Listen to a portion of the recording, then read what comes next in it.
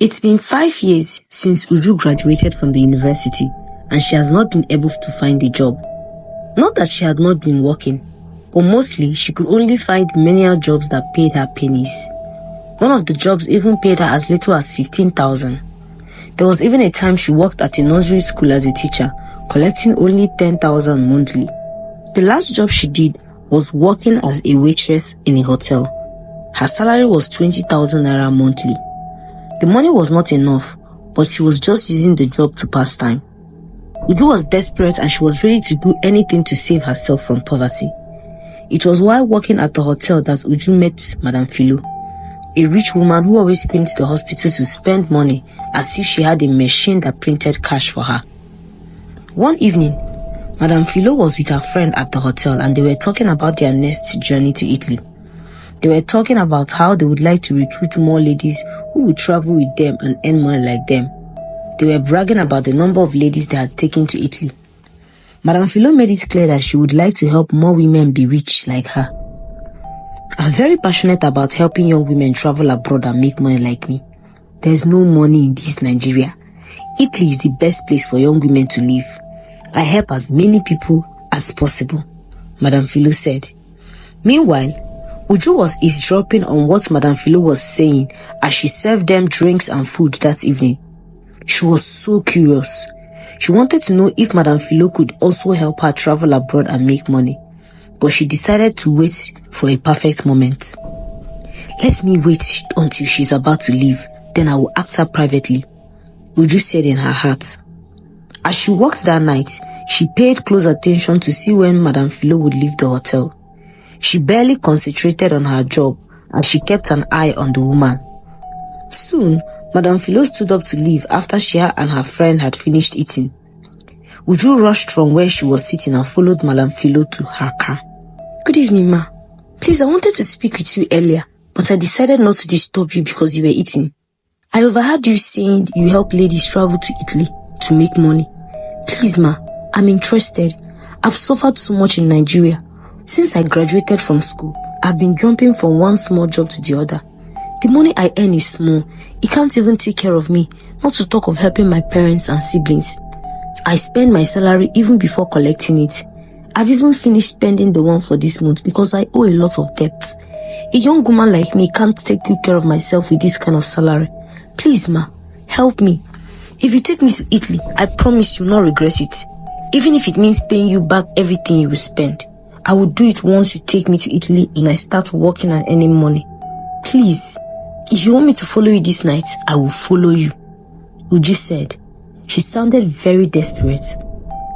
Alright, I will help you. I like young women who are passionate like you. Get into the car. Let's go to my house. We can talk better, Madam Philo said as they drove off. That was how Uju closed from work that day and resigned from her job because she never came back to the hotel. That night, when they got to Madam Philo's house, Uju was surprised when she saw the beautiful mansion the woman had built. Wow, are you the owner of this house? I can't wait to build a house like you, Uju said as they entered Madam Philo's living room. You are right. Once you get to Italy, I assure you that you'll be able to build your own house within 6 months. Within a short time, you'll start making money. All you have to do is obey me and do exactly as I say. Money will never be your problem again. We are traveling tomorrow morning. You're not going back to your parents' house. Call them on phone and tell them you have found someone to take you to Italy for free. You're an adult. You don't have to take permission from them, Madam Philo told Uju. That night, Uju was served fried rice and chicken. She slept in an air-conditioned room. She enjoyed herself and couldn't wait for daybreak so she would travel to Italy with Madam Philo. She slept peacefully with joy in her heart. Around 5 a.m. the next morning, Madam Philo woke up and called all the ladies into the living room. It's time to move, Madam Philo said. There were 5 ladies who were to travel to Italy with her on that day. All of them, including Uju, entered a waiting van and they drove off out of the compound. They drove for a while on the expressway, but instead of going to the airport, the driver entered a bush path. The bush was so thick that Uju became afraid. The forest soon swallowed the car as they left civilization and was heading into the unknown. Madame Philo said we were going to Italy. But why are we taking the bush path? Why are we not going by air? Are we not supposed to be heading to the airport? Uju asked herself. She was worried, and so she decided to express her feelings to Madame Philo. Please, ma, where are we going to? This place is a thick bush. The driver is supposed to take us to the airport, and there's no airport in this area. What's going on, please? Uju asked Madame Philo. Madame Philo did not answer her. Instead, she asked the driver to stop the van, and he did. How dare you ask me questions? Are you the one taking me to Italy, or am I the one taking you there? Do you know me? Do you know the road to Italy? Don't ever open your dirty mouth to speak until you are spoken to. Madame Philo said to Uju, who got scared because Madame Philo was holding a gun as she talked. She made sure everyone in the car saw her gun, and all of them got scared and no one dared to speak up again. What have I gotten myself into? In serious trouble. I hope I have not just jumped from frying pan to fire. Uju said to herself as the driver restarted the car and continued driving deeper into the bush. I don't even know where this woman is taking us to. I would have just remained at the hotel where I was earning 20k in peace. I may not know much, but I definitely know that this is not the road to Italy. She seems to be a dangerous person. I didn't even know that the woman has a gun. How will I rescue myself from this situation? Uju asked herself. She was secretly crying as she realized that Madame Philo may not be taking them to Italy. The worst part was there was nothing she could do about the situation. Madame Philo was armed and none of the ladies in the bus had any weapon. They kept moving until they burst out of a place that looks like a town. Uju was educated, so she tried to see if there were any signposts that would give her a clue of where they were. The bus entered a major expressway and was speeding really fast.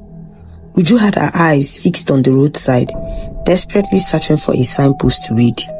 She wanted to know exactly where they are. This place looks like a big town. I'm seeing a lot of people and building, but where is this exactly? Uju asked herself. She wanted to ask Madame Philo the name of the city, but she was scared of the woman, so she kept watching the roadside carefully, hoping that she would see a signboard with something that she could read. It looked like everything was written in French language. Are we in France? Did she bring us to France instead of Italy? Maybe she wants us to cross into Italy from France. But how did we enter France so fast? This place may just be a French-speaking town, no? Uju said in her heart as she kept searching for a clearer signboard with information. Soon, the bus stopped at a traffic light.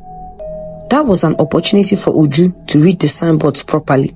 Uju's eyes fell on a particular signboard that read, "Welcome to Benin Republic." It was written in French but also interpreted in English. Uju was shocked. Maybe the flight ticket from Nigeria to Italy is too expensive and Madame Philo wants to fly us from Benin Republic. Well, that's a good idea if that is what she wants, Uju said to herself. She was hoping her instincts were right, but she had doubts. The driver soon negotiated a roundabout after the traffic lights turned green. He branched into a street that looked quiet and unoccupied by many people. Uju could only see a few people and a few vehicles, and they all looked expensive. There were no commercial buses or taxis in the area. There were beautiful flowers aligning the road.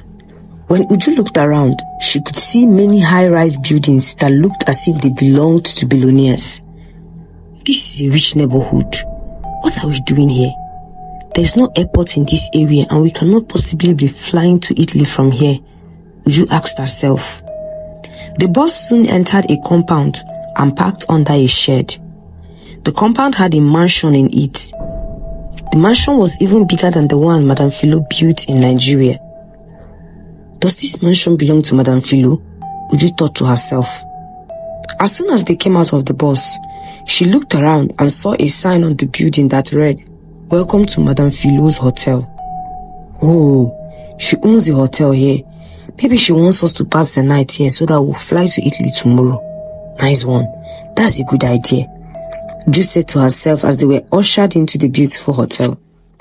The hotel was a 7-story building which easily stood out in the neighborhood. It was easily the most beautiful building in the area.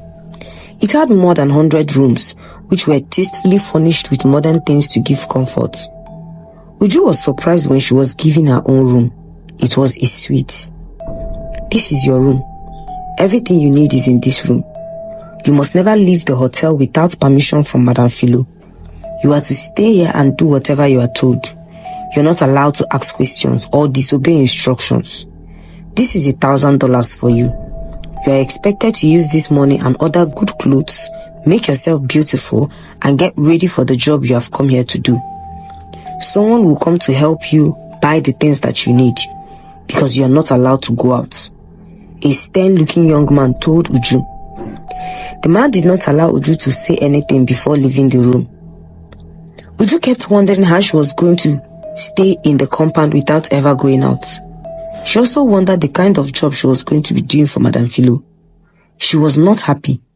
Since they arrived at the hotel, she has not seen any of the other ladies who were in the bus with her. Everyone was given a separate room just like Uju, and they were not allowed to see or interact with each other. She had also not seen Madame Philo. She was in charge of the hotel, but she had people running things for her. She only came out when there was a problem that her servants could not handle. Uju managed to take her bath in the modern bathroom of the apartment. There was a beautiful dressing table and there were makeup items. Her suite had many things that Uju liked, but she held herself back. She refused to feel at home yet. "I can't start enjoying things when I'm here to find out what I'm here to do. This woman says she's taking us to Italy, but I'm suspecting foul play," Uju said in her heart. It was already 6 p.m. and she was yet to eat. "I'm so hungry. How can this woman bring us here without giving us food? The hotel where I worked in Nigeria, I got food 3 times a day. Since we left, I've not even tasted water." Soon, Uju had a knock on the door. The person entered. It was the waiter who had earlier welcomed her to the hotel and given her the rules. "Good evening, Uju. I'm glad you're making yourself feel at home already. You look beautiful. Please always use the makeup kits. They are all yours. It's as if you even know that it is time for work. And I was just coming to tell you to get ready. But I'm glad that you're set," the waiter said. "I'm not ready. How can I be ready when I've not eaten? And I don't even know the type of work I'm going to do or when I'm supposed to resume. No one is telling me anything. If I don't eat, how do you expect me to work?" Uju asked aggressively. The waiter did not react with the seriousness Uju expected. He understood how Uju was feeling. He knew it was just a matter of time before she would calm down. He had handled a lot of women like her at the hotel. "Well, don't bother about the job you're going to do. You will soon find out.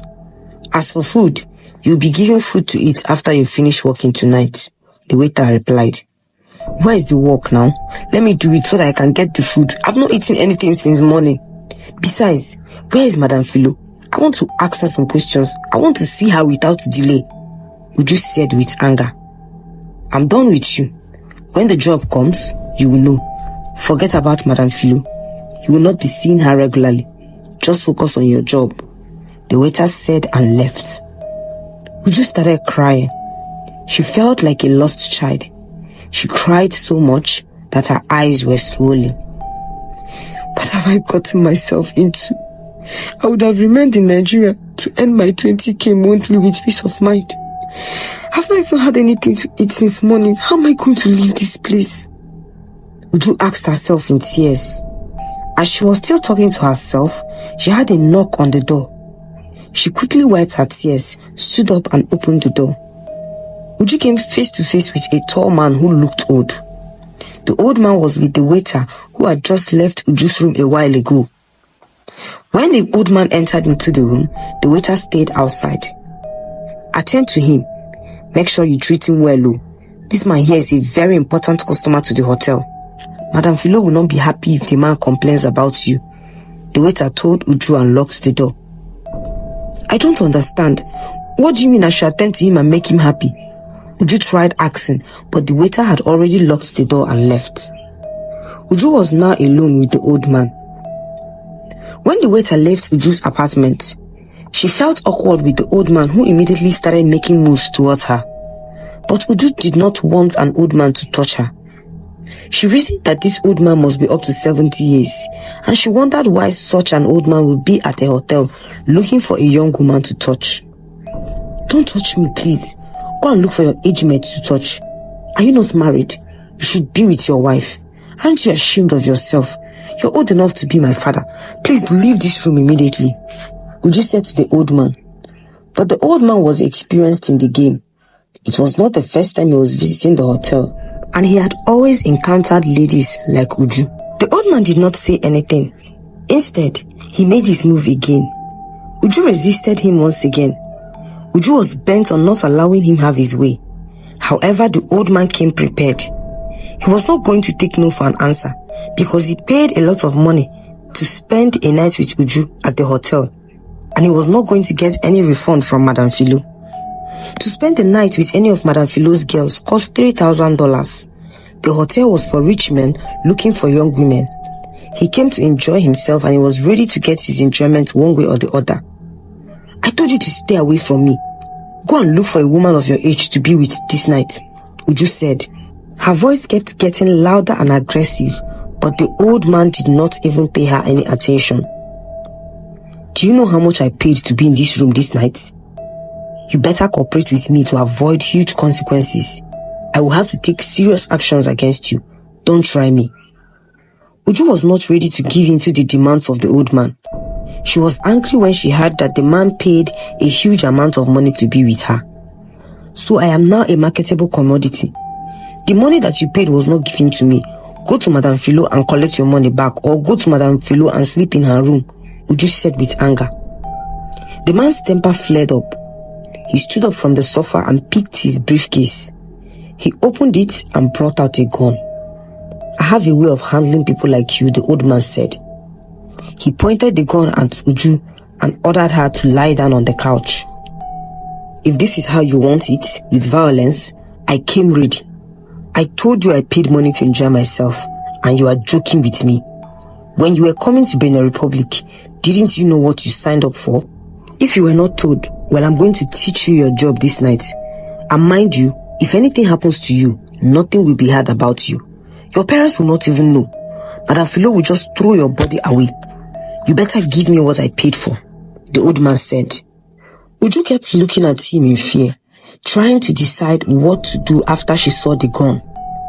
Uju had always been a brave lady even as a child, and tonight she was prepared to be brave to defend herself, but she was going to do it wisely. She knew that the old man could shoot her and there would be no consequences. "Please, sir, put the gun down. I'm going to give you what you want. You can do it as many times as you want," Uju said to the old man. The old man's face softened a little bit. Uju started making seductive gestures to show that she was serious with her promise of making him happy. When the old man saw her moves, he lost control over his senses. Uju was totally able to capture his imagination and disarm him. He gradually lowered the gun. Instead of putting the gun back into his briefcase, he dropped it on the sofa and started removing his clothes. In his mind, he was getting ready to eat honey, but Uju was just deceiving the old man. "The next step is to make him move away from the gun," Uju said in her heart. She continued to make attractive moves, which confused the old man further, making him lower his guards completely. The old man was smiling happily when he saw Uju's moves. "Don't worry, I will give you more money. I know that Madame Philo does not pay people well, but you are with a rich man. You will benefit greatly if you make me happy tonight. When I make a transfer to you, you will know I'm not joking," the old man said. "You're just saying that to deceive me," Uju replied to the old man in a sly manner. "Do you have a bank account? Let me prove to you that I'm not lying." "Yes, you should send the money to me before the action. If you do me well, I will also do you well," Uju said to the old man. The old man immediately took his briefcase and brought out his phone. He tapped on his banking app. "Put your account number here," he said to Uju. Uju typed her account number into the phone and the man transferred $2,000 to her. She was so overwhelmed with joy. Now let's get down to action, Uju said as she stood up and started walking towards the bedroom. The old man followed her. Uju saw that the man was not wearing anything.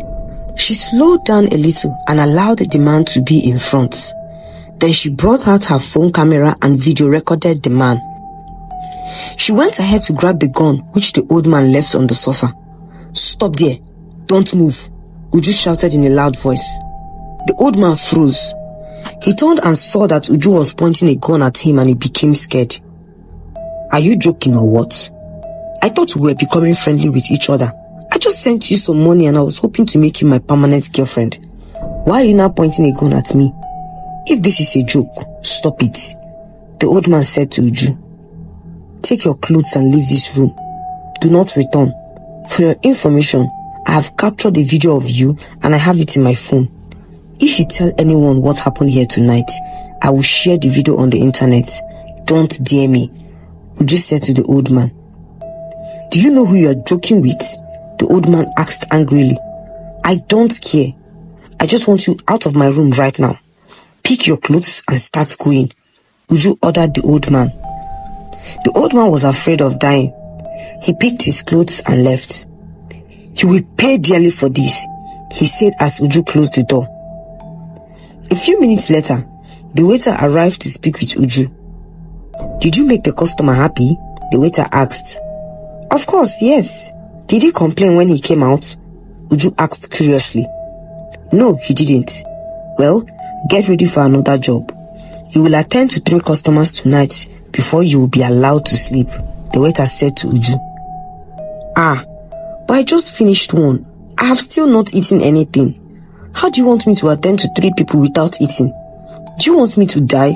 Why are you people being so heartless? You should not be treating people like this," Uju said with an emotional voice. "Don't worry. I have brought your food.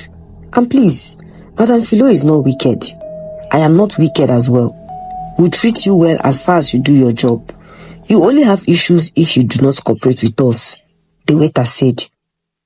Uju took the plate of food from the waiter and started eating hungrily. She finished eating her food, cleaned up again and reapplied her makeup. She even looked more beautiful and stunning than before. Uju had come to accept the fact that Madame Philo's hotel was a dangerous place and there was no way she would escape so soon. It would take her a while to plan. Her encounter with the old man taught her that she was only going to survive at the hotel if she was tough. She vowed within her heart that no man would touch her throughout her stay in the hotel. The waiter had told her that another customer was coming and she was waiting for that customer. Uju went to the bedside and positioned her phone camera in a hidden place. She brought out the gun she had collected from the old man who first visited her. "I will use this gun to my advantage," Uju said to herself. She sat on the bed and waited for the customer. She hid the gun under the pillow. It was not long before the next customer came in. This time around, it was a young man. As soon as he came in, he moved to the bedside and started removing his clothes. As he was removing his clothes, Uju's hidden camera was capturing him. But before he could touch her, Uju threatened him with a gun, took his money and sent him out with a strict warning to never come back. Few minutes later, she had a knock on the door. She knew it would be the next customer. She rushed to the bed and adjusted her phone camera in a hidden place and put the gun back under the pillow. "He's coming. You're welcome to Madame Philo's hotel. I'm here to make you happy," Uju said to the tall man who entered her room. The man did not say anything. He looked angry. As soon as the man entered the room, he started removing his clothes just like the other men who visited Uju. He didn't even respond to her greetings. When he finished removing his clothes, he walked up to Uju and grabbed her. He carried her and dropped her on the bed like a piece of wood. He tried to touch Uju, but she resisted. This particular man liked feisty women, so he even became more aggressive. The man was so aggressive that he could injure Uju. He was almost having his way. She immediately pulled out the gun from under the pillow. In the heat of the moment, Uju pointed the gun at the man's head and pulled the trigger. The bullet went straight into the man's head.